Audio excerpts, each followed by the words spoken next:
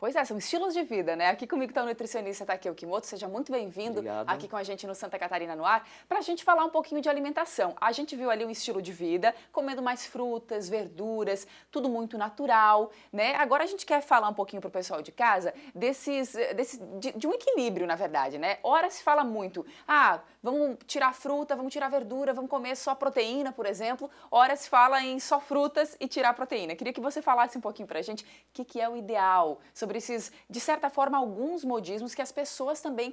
Esse é um estilo de vida, mas Sim. a gente traz para a realidade aí de muita gente que fala, vou parar agora drasticamente de comer certo alimento. Faz bem, não faz bem? O que você acha? É muito importante que a gente tenha um equilíbrio na alimentação. Nem demais só um alimento e também nem excluir ele totalmente.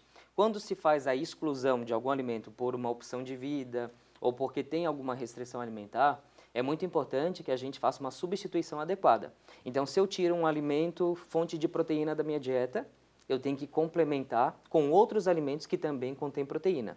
Então, essa substituição tem que ser feita de forma adequada. Então, eu não posso tirar tudo e não substituir. Não posso deixar de comer carne vermelha e não substituir por um outro alimento que contenha os nutrientes semelhantes ao da carne vermelha. E isso vai causando prejuízos para o organismo mesmo, vai sentindo. Exatamente, isso pode gerar deficiências nutricionais. Então, algumas vitaminas e minerais que poderiam ter naquele alimento que eu deixei de comer, vão fazer falta. Então, por isso, a gente precisa fazer a reposição para que você não venha ficar doente, não venha desenvolver uma anemia, por exemplo, porque não está mais consumindo algum alimento fonte de ferro, fonte de vitamina B12, como por exemplo. E quanto tempo, por exemplo, a pessoa consegue consumir só um tipo de alimento, assim, né? Ou só frutas e verduras, enfim, sem causar o mal aí para o organismo? Quanto tempo dá para consumir, assim? Na verdade, a gente não deveria consumir só um alimento sempre, né? A variabilidade alimentar é um conceito bem antigo já da nutrição.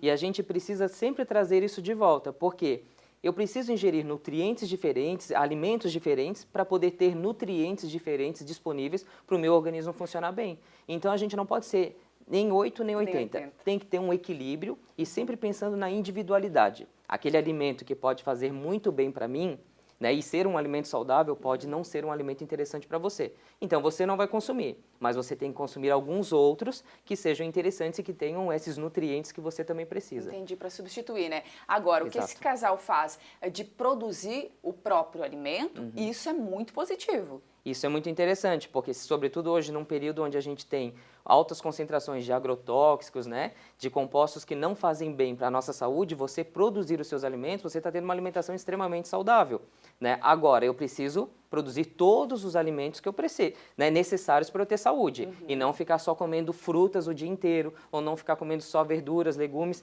São saudáveis sim, mas a gente precisa ter todos os alimentos ali, precisa ter fontes de carboidrato, fontes de proteína, fontes de gordura, fontes de vitaminas, minerais, ou seja, é esse contexto que faz com que a gente tenha uma alimentação saudável. Um equilíbrio, como a equilíbrio, gente diz, né? Exatamente. Isso vale para criança, para idoso, para todas as faixas etárias. Exatamente. E se tratando de crianças, mais ainda a gente tem que tomar cuidado com as restrições, porque ela está em período de crescimento, em fase de desenvolvimento intenso. Então, quando vai fazer alguma restrição que é necessário, tem que fazer um acompanhamento com o nutricionista para poder fazer os ajustes para que não falte nada para o desenvolvimento completo dessa criança. Queria que você falasse para a gente também o café da manhã ideal, por exemplo, café, almoço e jantar. Se você pudesse resumir, assim, basicamente um prato bonito e bem nutritivo para a gente consumir no dia a dia. Seria bem importante que a gente não deixasse de faltar uma fonte de proteína. É muito comum as pessoas comem um pãozinho, mas esquecem sempre do quê? De uma fonte de proteína. Pode ser leite, pode ser um iogurte, pode ser o ovo,